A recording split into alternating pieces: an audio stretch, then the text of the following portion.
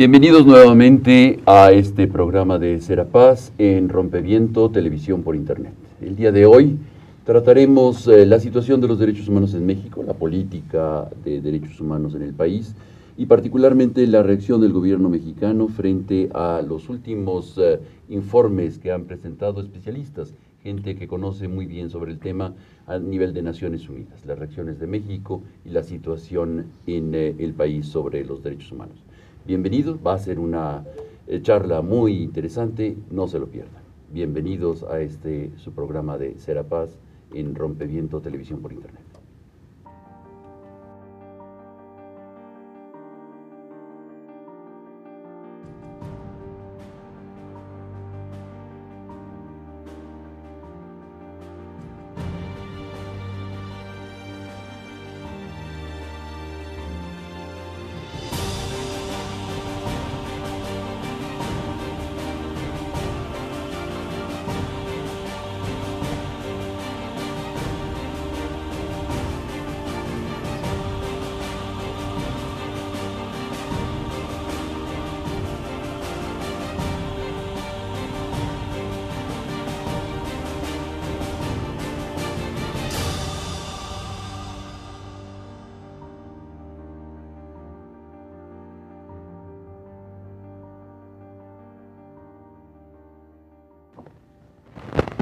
Bienvenidos de regreso a su programa de Serapaz en Rompeviento Televisión por Internet.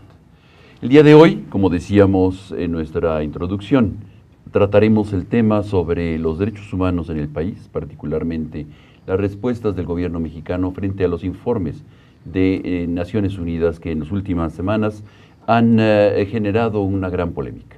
Para este tema tan importante, tan interesante, tenemos la presencia del doctor Miguel Concha Malo, que ha sido fundador del Centro de Derechos Humanos Fray Francisco de Vitoria.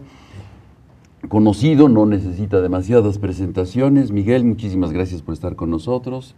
Edgar Cortés, maestro Edgar Cortés, quien aparte de ser consejero del Consejo Consultivo del Mecanismo para la Protección y Defensa de Derechos Humanos, de defensores de derechos humanos y periodistas, también es cofundador del Instituto Mexicano de Derechos Humanos y Democracia. Bienvenido, Edgar. Gracias, qué bueno Pablo. que estás con nosotros. Jacobo Dayan no necesita ninguna presentación, es un especialista en derechos humanos y el día de hoy nos impresionará realmente frente a la situación de los derechos humanos con sus comentarios. Gracias, Jacobo, por estar con nosotros el día de hoy. Pues yo creo que arranquemos nuestra charla este día con los informes que nos han presentado los expertos de Naciones Unidas sobre el tema. Si quieres, Edgar, arrancar con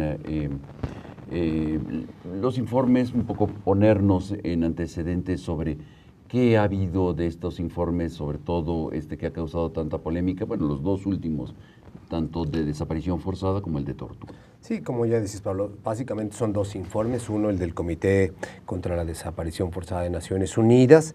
Este fue, digamos, como parte del proceso de la revisión del informe de México ante el Comité frente al tema de desapariciones forzadas, que sucedió los primeros días de febrero, ¿no? Y aquí, digamos, lo sustantivo fue básicamente que el comité plantea que hay una situación, un contexto de desaparición forzada extensa a lo largo del país, generalizada, ¿no? Y a partir de ahí plantea una serie de recomendaciones. Aquí creo que conviene señalar que el punto de divergencia es que el gobierno mexicano plantea el que no siente que el comité haya recogido la información que envió y que se siente, digamos, como poco escuchado, ¿no? Y hay una serie de recomendaciones que seguramente plantearemos. Aquí vale la pena señalar que un compromiso que hizo el gobierno mexicano en este proceso fue que habría pronto, e incluso le puso fecha junio de este año, tendríamos una ley general sobre desaparición forzada. Y el otro es uno más reciente, de principios de marzo, que es el informe ya final de la visita del relator sobre tortura de Naciones Unidas. La visita fue el año pasado, entre finales de abril y principios de mayo de 2014, y ahora el relator Juan Méndez ya presenta su informe final ante el Comité de Derechos Humanos de Naciones Unidas.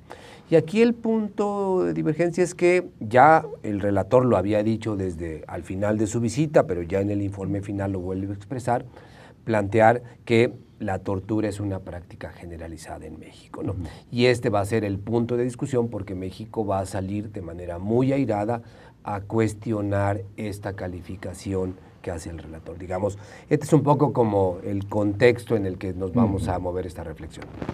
Miguel, pues ¿qué mira, podríamos agregar a este contexto? Pues efectivamente que el gobierno mexicano, a través de uno de sus subsecretarios, pues reaccionó de una manera muy negativa, cuestionando la integridad profesional del relator de la ONU contra la tortura y otros tratos crueles, inhumanos y degradantes, e incluso cuestionando su ética. Pues de una manera gratuita, justamente porque, como dijo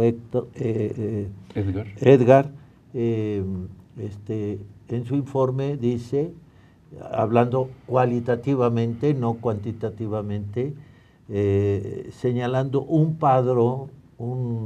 patrón de tortura en el país, que es efectivamente una práctica generalizada. El relator, en la respuesta que le da a la Secretaría de Relaciones Exteriores el 1 de abril, claramente argumenta que los 14 casos que alega la Secretaría de Relaciones Exteriores que son insuficientes, implican 107 situaciones, además de otras situaciones que él añadió a estas 7 situaciones en casos de criminalización de la protesta social, más todos los testimonios que él, a los que él tuvo alcance durante los días de su visita en México. Y rechaza con toda razón el que y demuestra que no es cierto el que haya faltado al código de conducta de los relatores de Naciones Unidas, y menos que se cuestione su ética.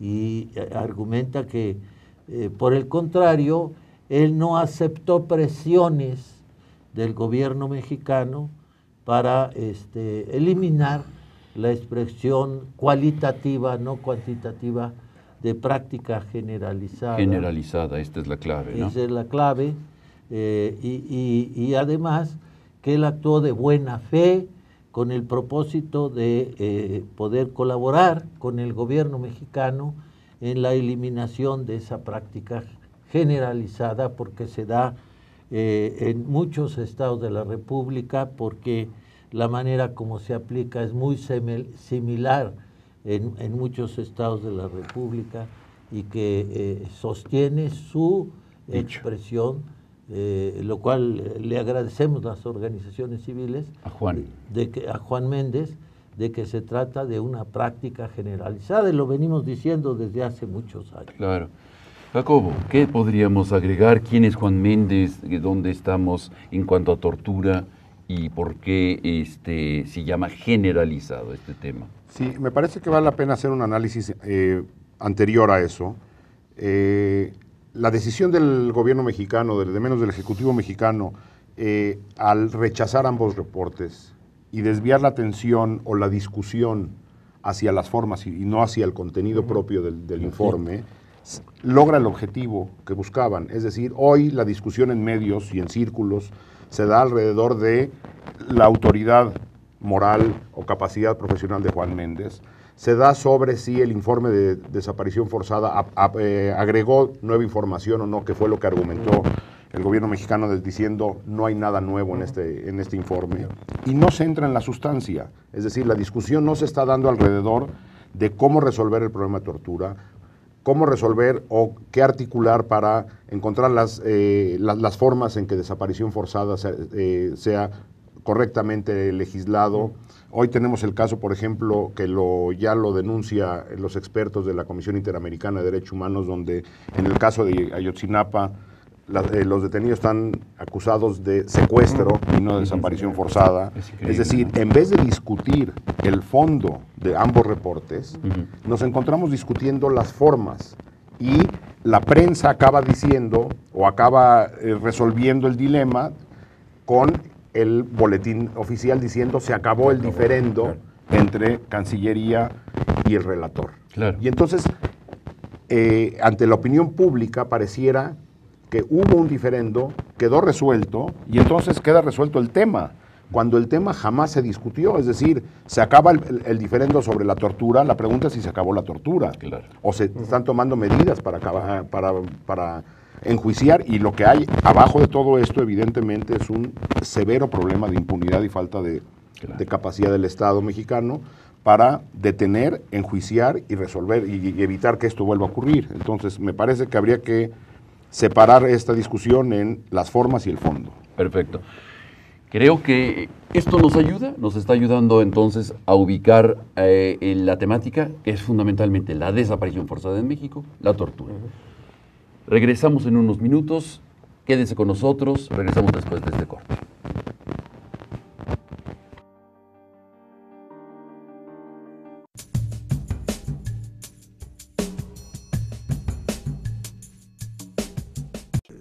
Curiosamente, la enorme literatura antropológica que hubo sobre Chiapas no sirvió para los diálogos de San Andrés, ¿no? Porque se enfocan en la costumbre, bueno, su idea de costumbre, los ritos, los viejitos, la fiesta, los cargos, etcétera, ¿no? Entonces, pues, por supuesto que tiene su importancia, pero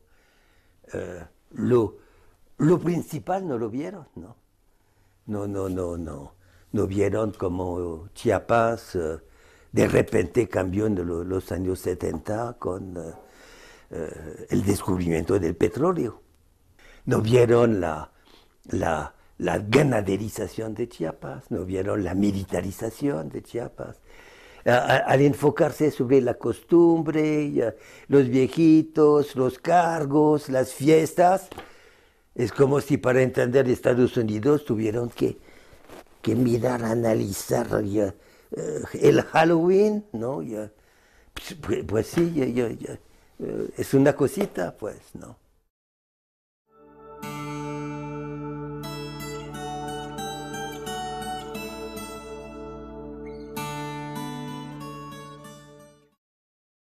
Bueno, es lamentable la opinión del procurador. En la medida que el procurador no entienda que los municipios son parte del Estado mexicano, de la misma manera que lo son las gobernaciones, las entidades federativas, y de la misma manera que es el gobierno federal. Si no entiende que el Estado está compuesto por todas esas instituciones a nivel municipal, estatal y federal, entre ellas el municipio de Iguala, y excluye a los municipios del Estado mexicano, tiene que volver a la escuela primaria.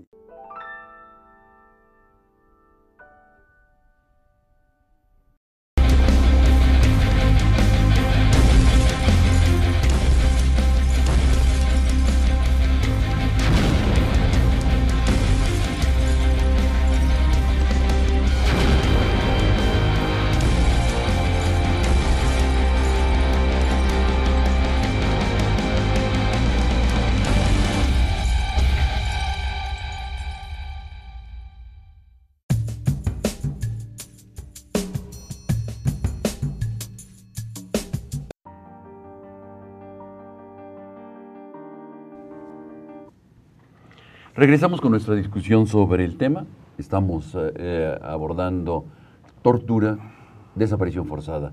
Edgar, ¿qué nos puedes decir sobre los antecedentes, las cuestiones que están, por qué está este informe aquí en nuestra mesa? Bueno, yo creo que conviene dar como una perspectiva histórica a este informe del relator Juan Méndez. Primero, habría que decir que llevamos prácticamente 20 años que empezaron las visitas de Naciones Unidas y del sistema interamericano a México para revisar cómo estaban los derechos humanos, qué problemas había y empezar a hacer recomendaciones. La primera visita es la de la Comisión Interamericana en el 96 y hace 17 años, en el 97, viene por primera vez el relator de tortura, Nigel Rodley entonces. Cuando viene a su visita, lo que él dice en aquel entonces es, y lo leo textual, la tortura y malos tratos análogos ocurren con frecuencia en muchas partes de México. Y dice también que la tortura se inflige sobre todo para obtener confesiones e información. O sea, suena muy similar. Pero luego hay un segundo momento en el que el Comité contra la Tortura también de Naciones Unidas entre 2001 y 2003 hace una investigación sobre el mismo tema. Y cuando presenta su informe sobre esto, dice una cosa muy importante. Él llega a la conclusión de que el empleo de la tortura por parte de policías, fuerzas armadas, etcétera, tiene carácter habitual, y estoy citando literalmente, y se recurre a ella de manera sistemática como un recurso más en la investigación criminal. Usa la palabra sistemática, ¿no? Y creo que aquí lo importante es que ese documento nos da una clave, yo creo que para entender lo que Juan estaba diciendo en otras palabras.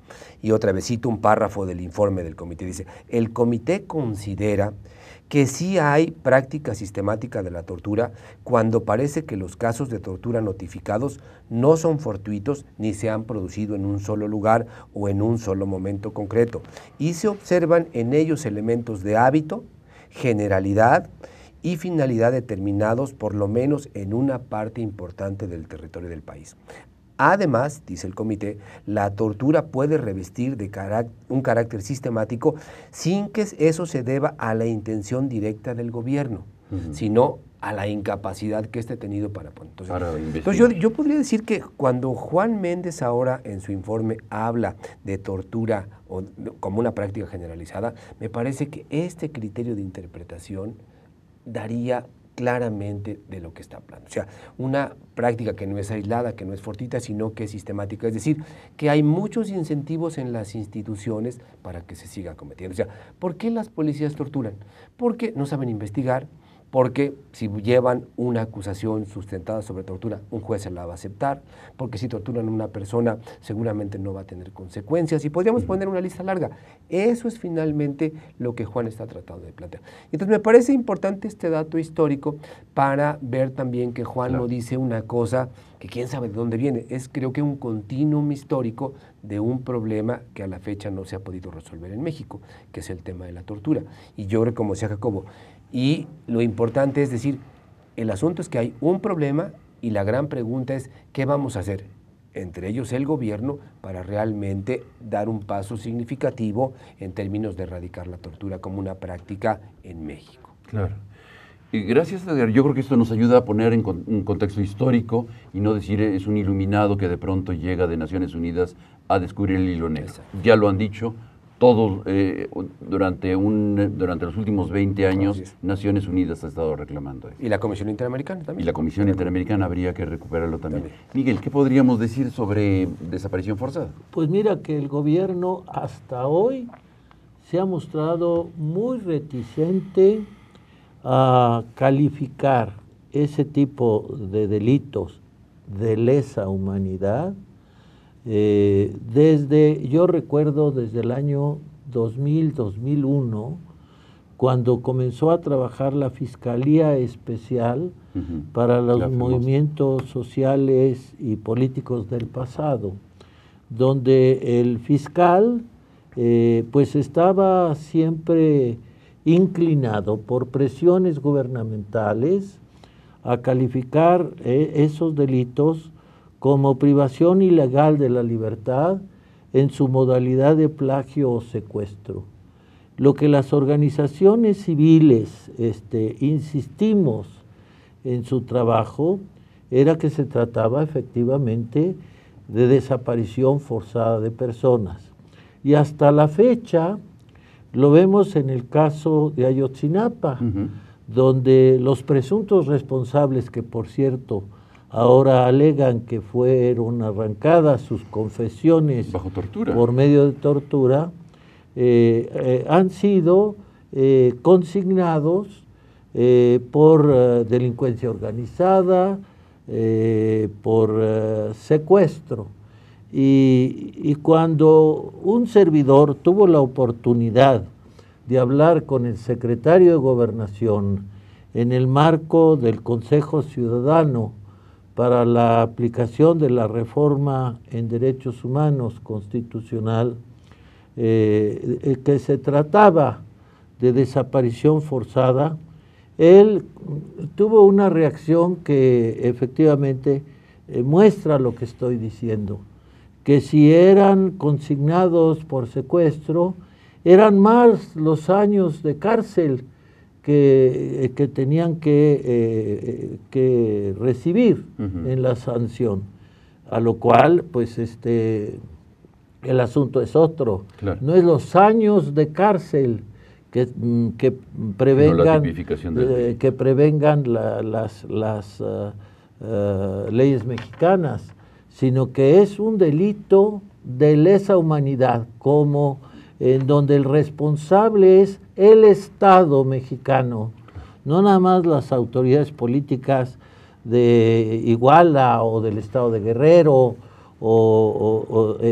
no, es el Estado mexicano, y eso le tiene un miedo tremendo, tremendo, a que se califique como debe ser, ¿no?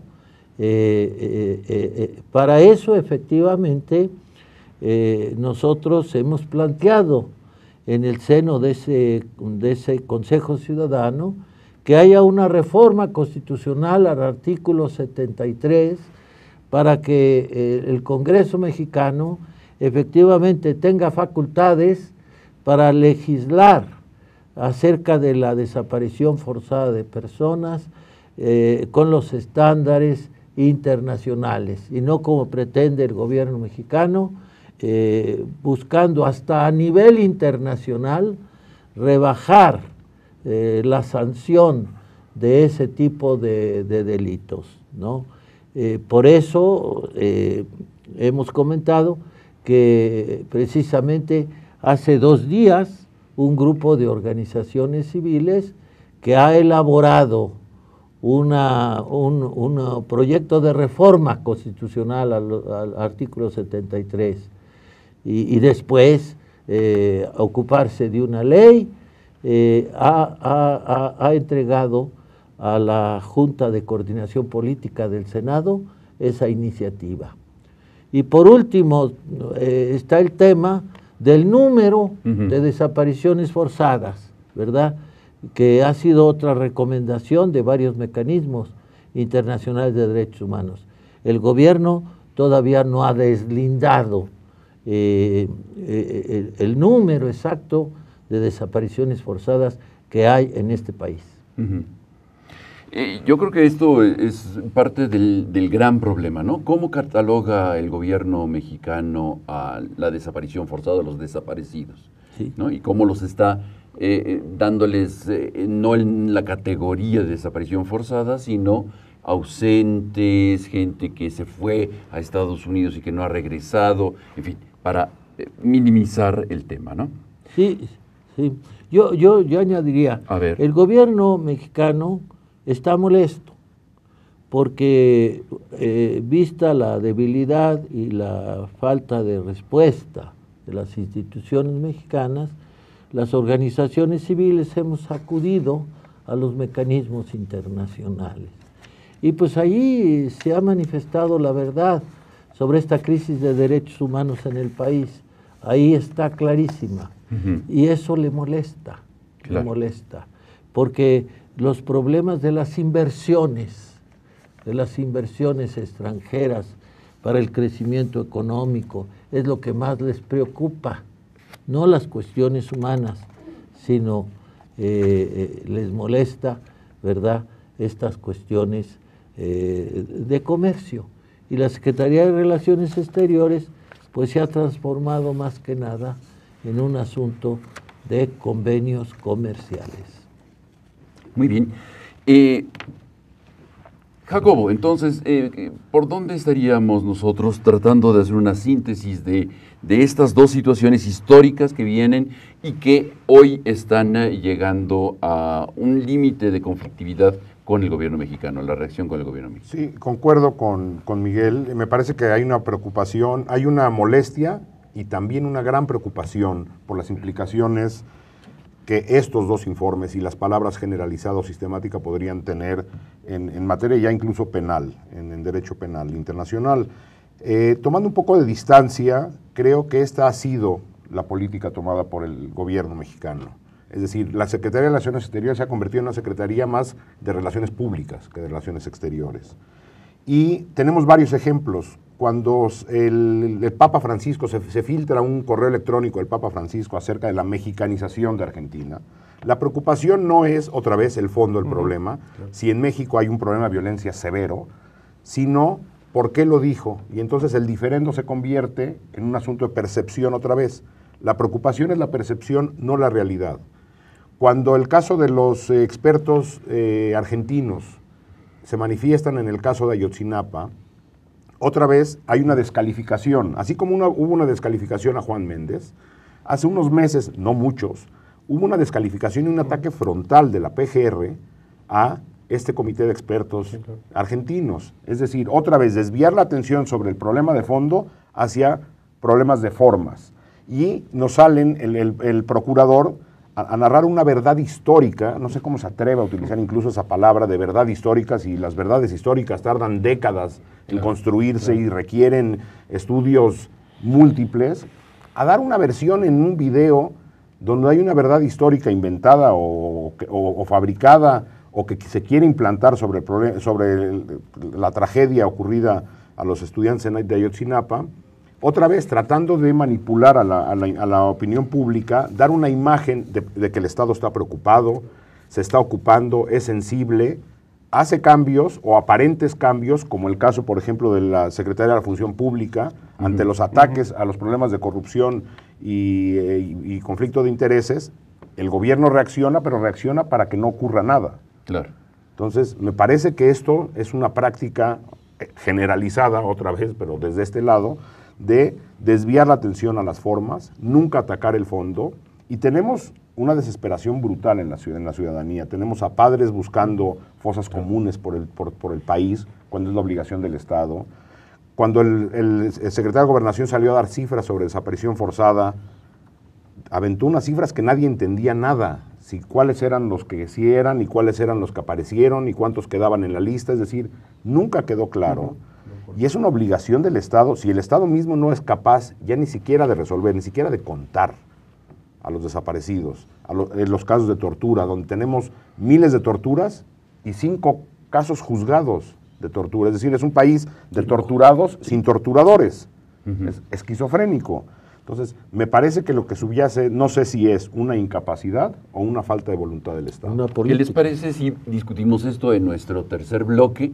¿Será que no tienen capacidad o no tienen voluntad política para resolver los problemas? No se vaya, regresen después de este corte con nosotros. En unos momentos regresamos.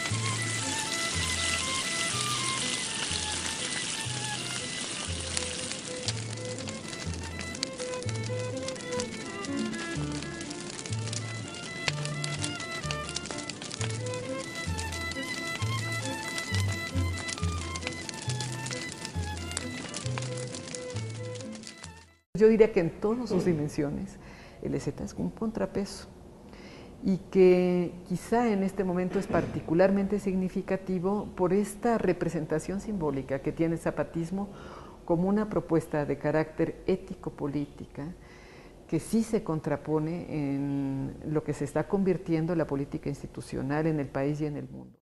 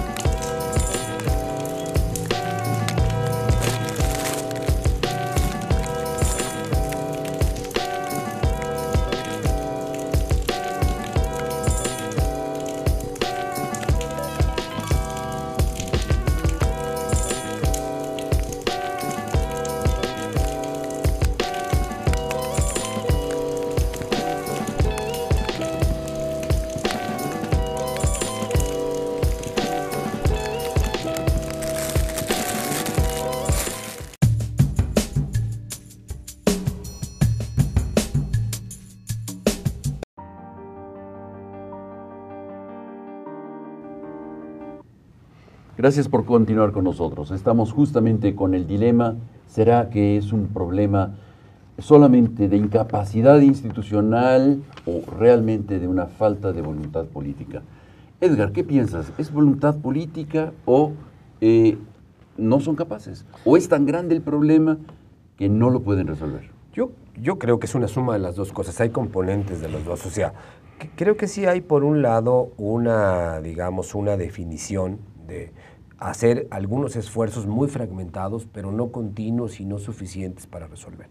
Y creo algo que vale la pena destacar es que los dos documentos, el informe del relator y las recomendaciones sobre desaparición forzada, los dos documentos tienen en común que hablan de un problema que es compartido, que es no hay cifras confiables. O sea, en temas de desaparición forzadas no tenemos cifras confiables, en tema de tortura tampoco tenemos cifras confiables, ¿no? O sea, y creo que este es un problema porque no es un asunto de ahora, es un asunto de hace mucho tiempo y se ha recomendado desde hace tiempo que se hagan registros, que se unifiquen criterios, que se generen mecanismos que permitan unificar y seguimos hasta la fecha con cifras que de pronto un funcionario, el secretario de Gobernación, PGR, da, pero que nunca tienen un sustento que nos permita verificar de qué están integradas, cómo se construyeron y lo viable, ¿no?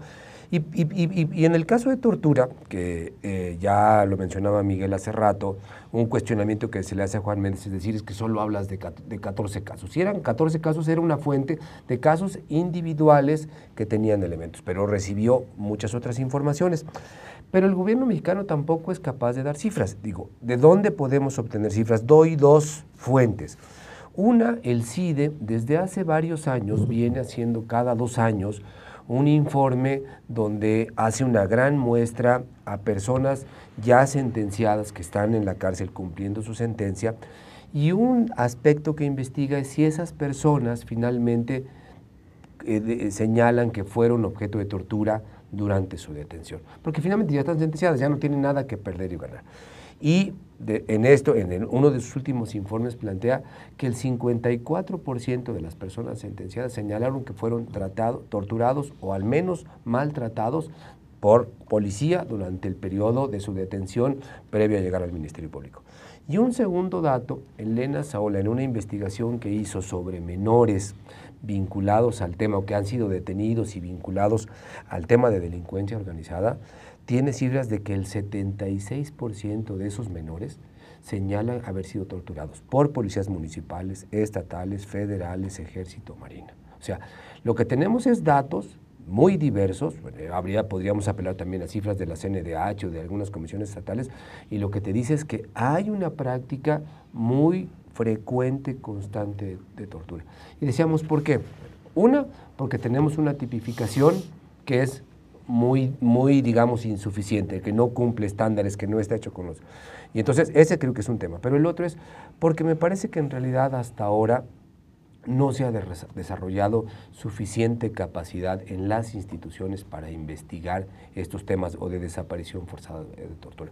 Primero porque tenemos una policía que no sabe investigar, porque tenemos ministerios públicos que no tienen una convicción de que esto realmente hay que combatirlo, sino que más bien creen que es necesaria estas prácticas totalmente cuestionables para que supuestamente avance la justicia, lo cual no es cierto, pero se mantiene una mentalidad de esta naturaleza. Entonces, y yo creo que por otro lado, sí hay una política finalmente de cuestionar, como ya se decía hace rato, al relator a nivel personal, pero en el fondo también se está cuestionando y poniendo en duda la efectividad, la autoridad que tienen que tener estos mecanismos que crearon los mismos estados. El mismo gobierno mexicano fue partícipe de la creación de estos mecanismos, pero con esto que hemos visto, con estas diferencias y cuestionamientos, está finalmente erosionando la legitimidad y la fuerza que deben tener los relatores, los comités para exigirle cuentas, no solo a México, sino a cualquier país que se haya comprometido con estos temas.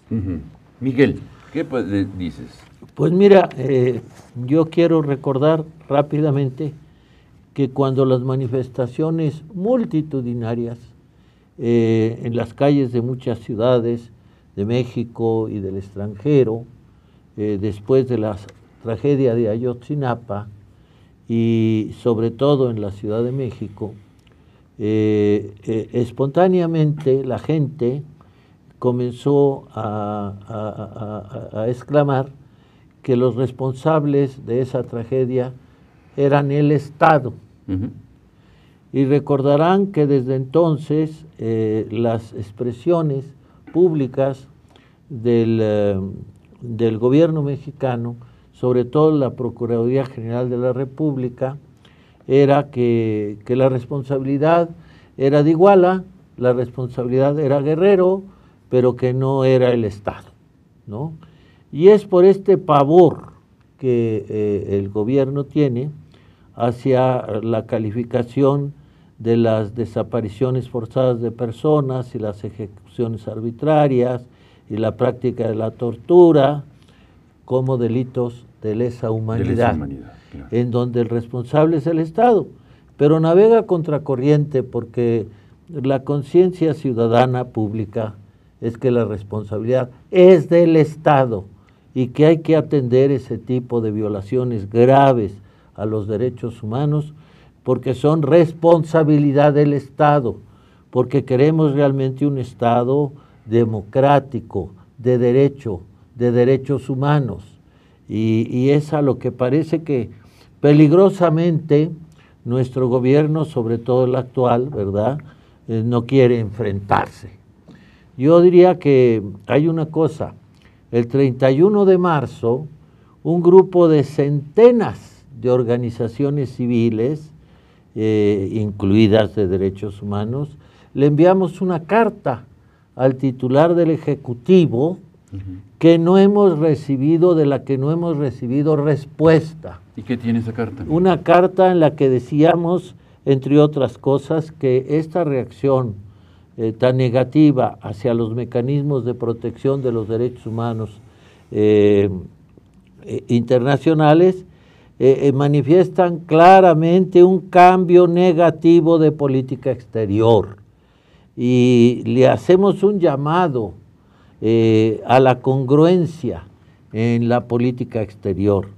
Y le pedimos que la autocomplacencia, le decimos, que la autocomplacencia y la falta de voluntad para atender lo que verdaderamente ocurre en el país no contribuye a las acciones necesarias para hacer frente a esta crisis de derechos humanos que estamos viviendo en México, y le solicitamos expresamente que rectifique, no sé si lo haya hecho, que ¿Ahora en Panamá?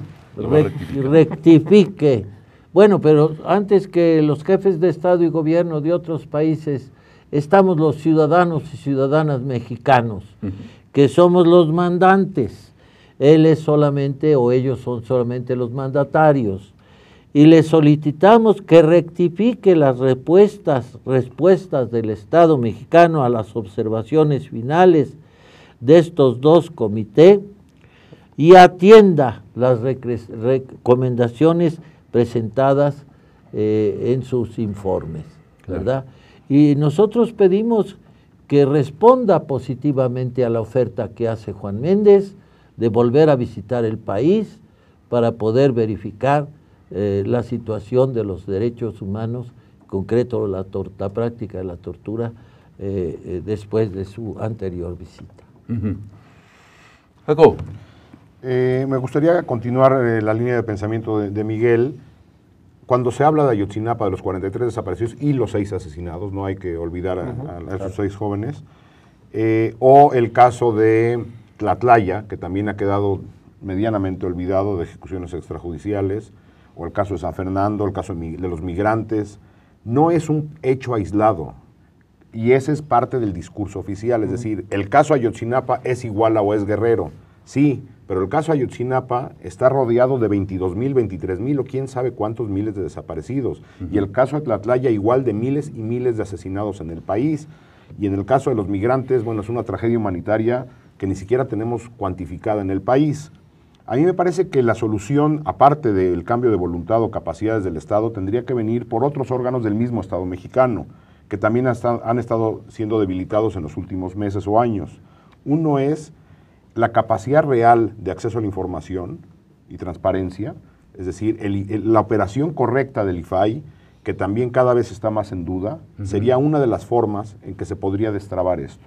Otra es que la CNDH de veras funcione como una Comisión Nacional de Derechos Humanos, y bueno, evidentemente Luis Raúl Pérez tiene poco tiempo al frente, pero uno de los jugadores principales en destrabar esta situación tendrá que ser la CNDH, responsabilidad de CNDH son estos temas.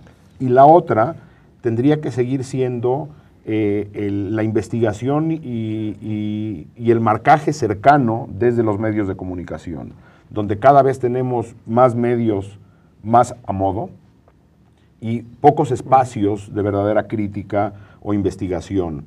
Ese también es otra alerta que se prende en el país, donde bueno, ya muchas partes del territorio nacional están silenciadas, si no es por el crimen, es por el Estado, y la información ya no fluye. O por los dos. O por los dos, o por los mismos. O son los mismos, ¿no? Exactamente. Varias partes del país ya están bajo un silencio absoluto, y eso es muy preocupante. Y las voces también nacionales cada vez son menos. Entonces, un país sin medios de comunicación sólidos, críticos, no puede construir una democracia seria. Entonces, ahí hay, me parece que 3 jugadores importantes: medios de comunicación libres y plurales, voces críticas, CNDH, acceso a la información, y la otra le toca a las organizaciones de la sociedad civil que han estado haciendo su trabajo, que hacen falta más y más profesionales. Es decir, no es suficiente el trabajo que se está haciendo desde las organizaciones de la sociedad civil, porque el problema rebasa por mucho.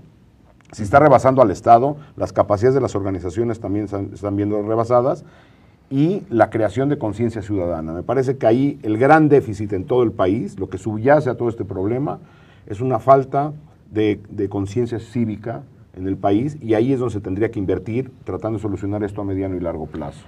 Gracias, Jacobo. Yo creo que estamos a punto de entrar al cuarto segmento, que es justamente por dónde, frente a esta oscuridad, frente a estas nubarrones que se ven, una tormenta y un irrespeto a los derechos humanos, necesitamos hacer algo. ¿Qué vamos a hacer?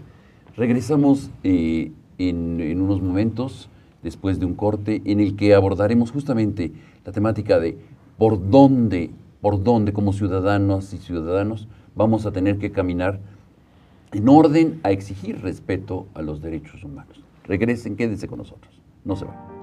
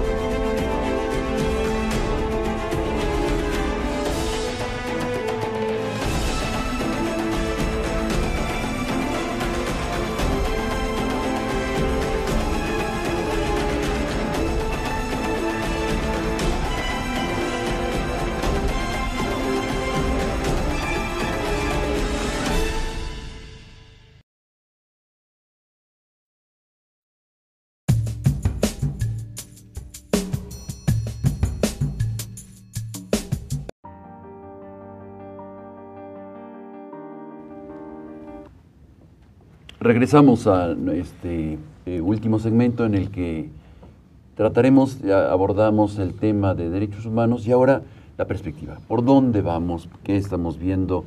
¿Cuáles son las rutas? Y sobre todo, en el ámbito nacional e internacional, como sociedad civil, ¿cómo vamos a actuar?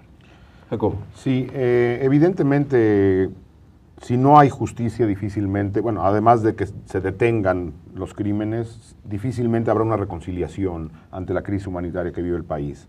Y al percatarnos de que prácticamente es imposible que se dé a corto plazo la justicia en el ámbito local, lo que hay que hacer es recurrir a organismos internacionales como la Comisión, la Corte Interamericana, que tiene varios casos, y en el caso de que se pruebe que es generalizado la tortura, la desaparición o las ejecuciones, pues evidentemente esto es competencia también de la Corte Penal, que me parece que eso también es la gran preocupación del Estado mexicano, ante ya la solicitud de varias organizaciones de que se abra de menos una investigación preliminar para el caso mexicano por estos temas. Esa sería una. La otra, que nos toca a las organizaciones y de alguna forma también al Estado que ha estado omiso, es la situación de procesos de memoria y verdad. Al final del sexenio Calderón se inauguró aquí en Chapultepec un memorial a las víctimas, que es todo menos memorial a las víctimas. Entonces hay un desprecio absoluto por la memoria de las víctimas. Otro ejemplo desgarrador sería, por ejemplo, lo que ocurrió en Cuernavaca hace unos días, donde se renombró una calle en memoria a las víctimas, como una calle del 28 de marzo, y este espacio fue vandalizado en horas. Varios casos, en el caso de los padres de la guardería ABC, siguen pidiendo procesos de memoria y verdad. El caso del Casino Royal, es decir, si vamos sumando casos, no tenemos ni justicia, ni memoria, ni verdad. Y desde las organizaciones tendríamos que empezar a trabajar estos temas, y evidentemente si el Estado no responde, tendríamos que salir nosotros a empezar a documentar esto, en la medida de lo posible. Gracias, Jacobo. Yo creo que este aporte sobre la Corte Internacional nos da una puerta de acción importante que hay que explorar, que empezar a explorar. Ya se está haciendo. Ya hay organizaciones trabajando ahí, sí. Y la cuestión de la memoria, ¿no? Miguel, ¿qué podríamos? Yo quería decir dos cosas. Primero, una negativa y otra que pudiera ser más positiva.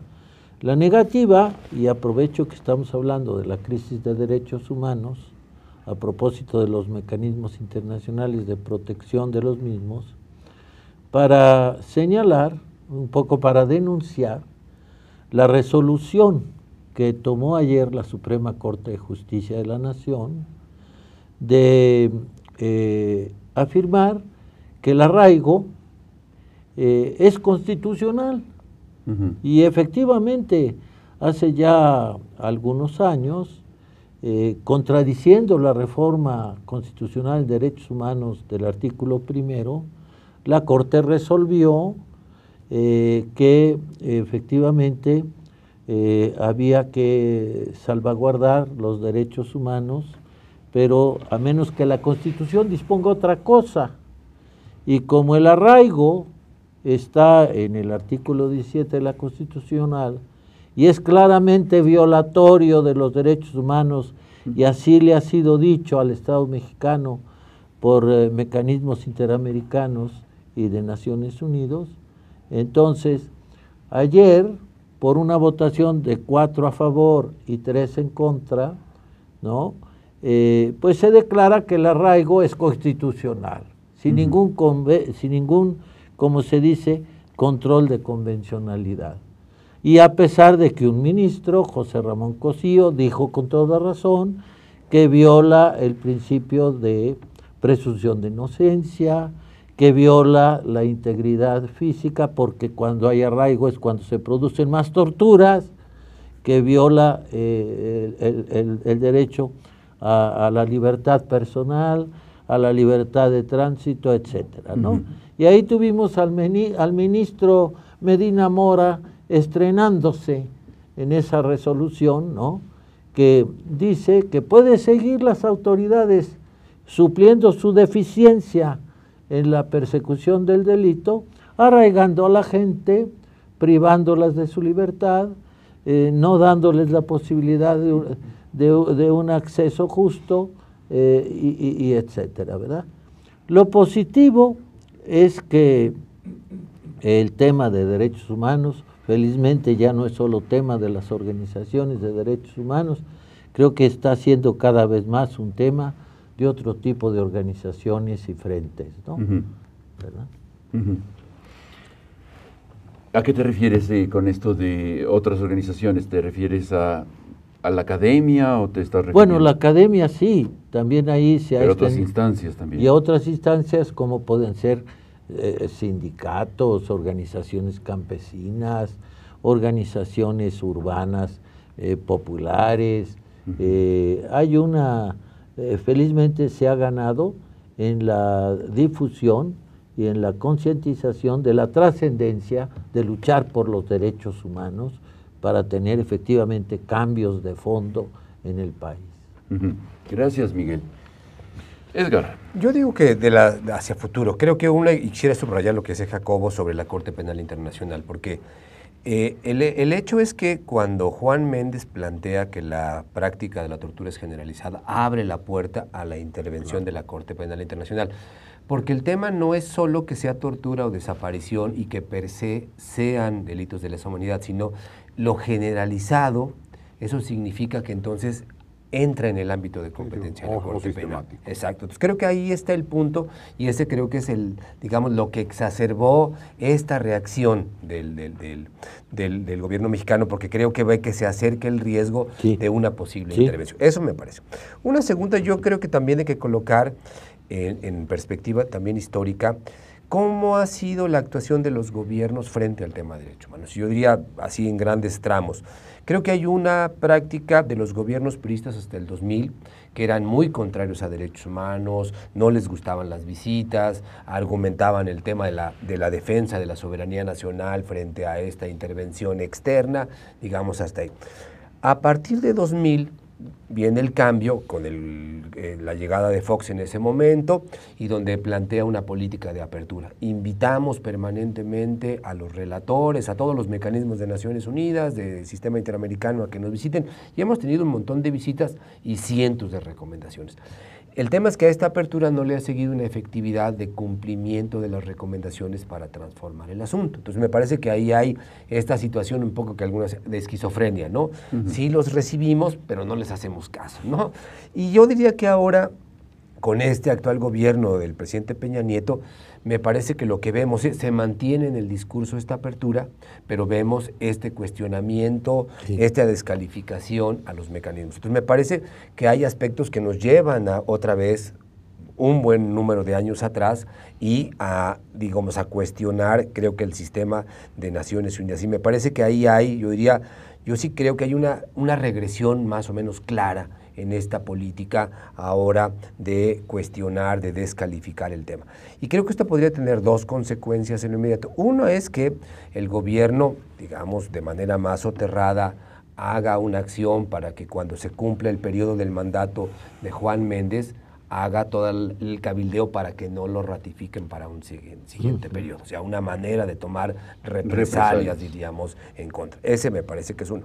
Ahora, creo que por el otro lado, también tenemos una expectativa, en particular pienso en el grupo de expertos independientes que envió la Comisión Interamericana en acuerdo con el gobierno para el tema de Ayotzinapa. Creo que ahí hay una expectativa de que ellos puedan hacer, a partir del caso particular de Ayotzinapa, recomendaciones a eso, pero recomendaciones generales. ¿Cómo le hacemos frente de manera estructural a temas como la tortura o la desaparición forzada o las ejecuciones extrajudiciales, ¿no? Pues yo les agradezco estas reflexiones. Creo que para nuestro auditorio son fundamentales, son básicas, de pistas de acción, sobre todo estas pistas de acción, para ir empezando a reflexionar en torno a tanto como dar seguimiento y empezar a explorar la Corte Internacional, como dar un seguimiento mucho más puntual a lo que se desdibuja, por más que lo tenemos en el canal del Congreso, perdón, de la Suprema Corte, ahí está todos los días y no tienen ningún auditorio, darle un poco más de seguimiento y generar más presión en torno a esto. Las recomendaciones internacionales, darle seguimiento. y adoptar una recomendación por organización para darle seguimiento a esto, exigir la implementación de políticas públicas, las respuestas a estas recomendaciones. Claro. Y creo que no solamente quedarnos atorados en el asunto de la regresión, ¿no? Que esto me huele en tiempos de Zedillo, cuando Claro. expulsaban a los extranjeros, Sí, las sí. comisiones internacionales que venían a verificar situaciones de derechos humanos y que eran expulsados. Estos son, o sea, un regreso 20 años atrás. Así Como es. que aparece la genética priista. Es el en ADN, este ¿no? gobierno, el ADN, Es el exactamente. ADN priista que autoritario, autosuficiente y que se verifica a sí mismo. Más que quedarnos con esto, que ciertamente es parte del diagnóstico, las acciones hacia adelante que van en este sentido, seguir explorando y particularmente también en el tema de tortura y de desaparición forzada, cómo nutrir y documentar más este tipo de situaciones para que Naciones Unidas y los expertos y las organizaciones mexicanas puedan ir documentando esto, nutriendo y enriqueciendo sus informes. Y dos cosas muy inmediatas. El Congreso y el Ejecutivo tienen el compromiso de la Ley General de Desaparición Forzada y una Ley General de Tortura. Claro. Que ese sería un buen paso, pero solo una pieza. La otra es cómo esa aplicación de la ley después empieza a dar resultados efectivos, ¿no? Habrá que consagrar un programa próximamente a estos temas de las leyes generales, porque creo que en los pequeños recónditos oscuros se esconde el diablo. En tanto, gracias por su presencia, muchas gracias a ustedes por seguir Serapaz, el programa de Serapaz en Rompeviento Televisión por Internet. Muchas gracias, quedamos con estas conclusiones provisionales todavía y nos veremos en otros programas sobre estos temas. Muchísimas gracias por acompañarnos, muchas gracias por estar con nosotros. Gracias a ti, Pablo. Gracias a ti, Pablo.